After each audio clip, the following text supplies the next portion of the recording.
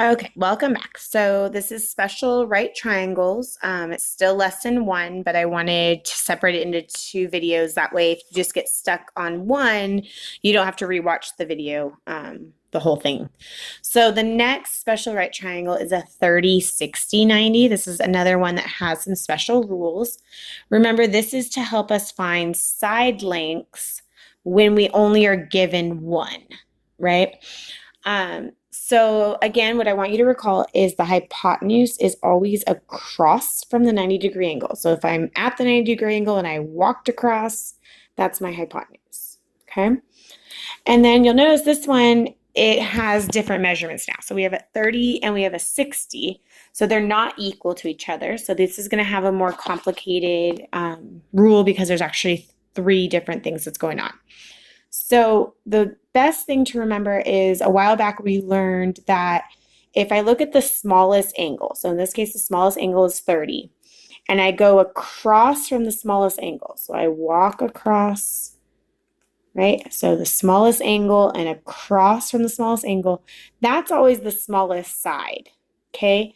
And so instead of calling it the smallest side, in this way, we always call it the short side, okay? So this is the short. It's a short leg, okay, short side. So we have the hypotenuse and we have the short side. The short side's the one across from the 30, which would then make the one across from the 60 the long side, right? So that's our long side. Okay, and this is going to be important because it's always easier when we're given the short side. And the reason for that is because in the rules, the short side is represented by just x by itself. And so if we're given the short side, we're like, yes, this problem is actually going to be easier because now I'm given something to start with. So x is the short side. The hypotenuse for a 30, 60, 90 is always twice as big as the short side. So that's 2 times x in this case. Okay, so for 30, 60, 90, the hypotenuse is always twice as big as the short side. We called the short side x, so that's why I put x here.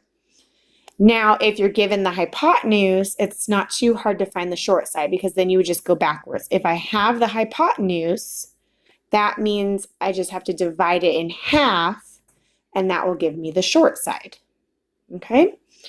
And now we go back to the short side. The long side is always the short side times the square root of 3. Okay? So again, the short side is x, so it's going to be the short side times the square root of 3. Now, if you remember in the 45, 45, 90, there was another square root going on. The way I memorized it while doing this is the square root of 3, and there's a 3 in 30. And so I can remember that the one with the square root of 3 is the 30, 60, 90. Where the 45, 45, 90 is a square root of 2.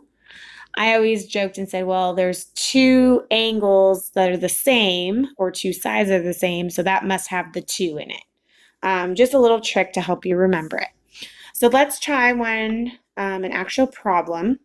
And so in this case, let's start with an easy one where they give us the short side. And so the short side is 8. Okay? So if the short side's 8, life is easy, and we just say, okay, well, how do I find the hypotenuse? Well, the hypotenuse is just twice as long as the short side. So what is 2 times 8? 16. Okay? So in this case, my hypotenuse is 16. So then we go to the long side. Well, the long side is the short side times the square root of 3. So the short side, x, was 8, and then I just multiply it by the square root of 3.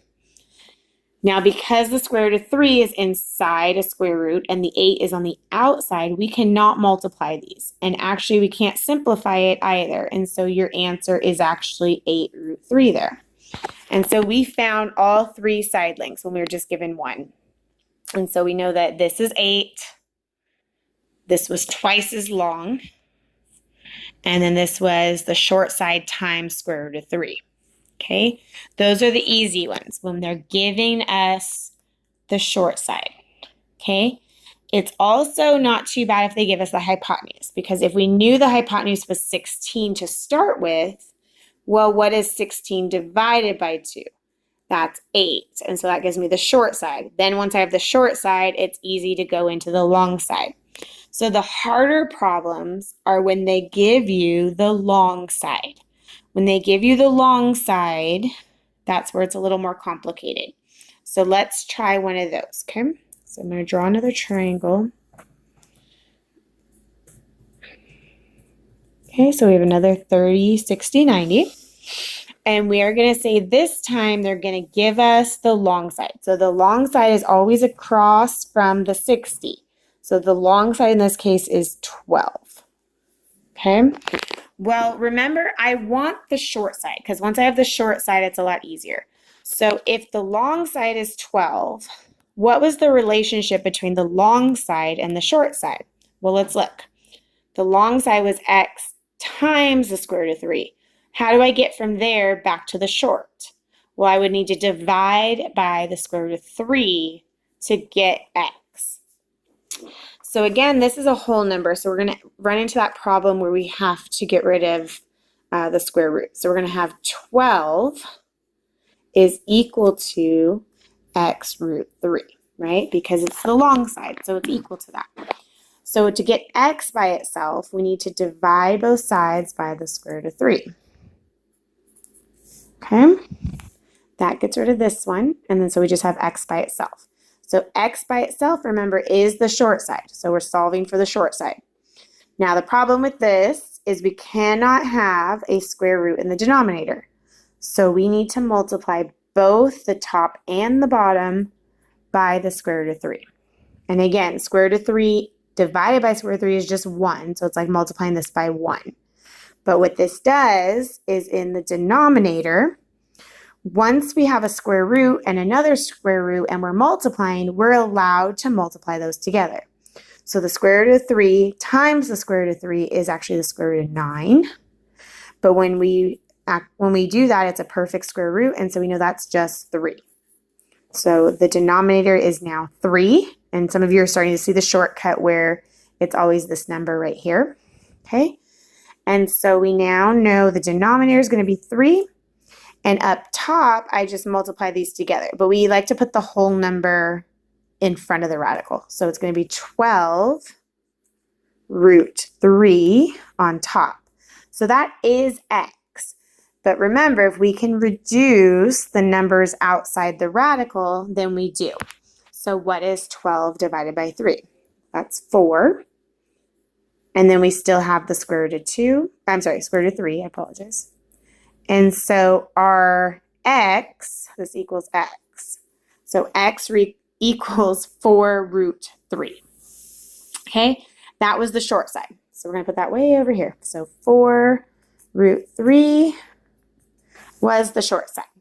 Okay, so we have the short side, we have the long side because that was given, and now we just need the hypotenuse. So remember the hypotenuse in the rules was 2 times x. Okay, so over here we're just going to do 2 times this. So 2 times 4 root 3.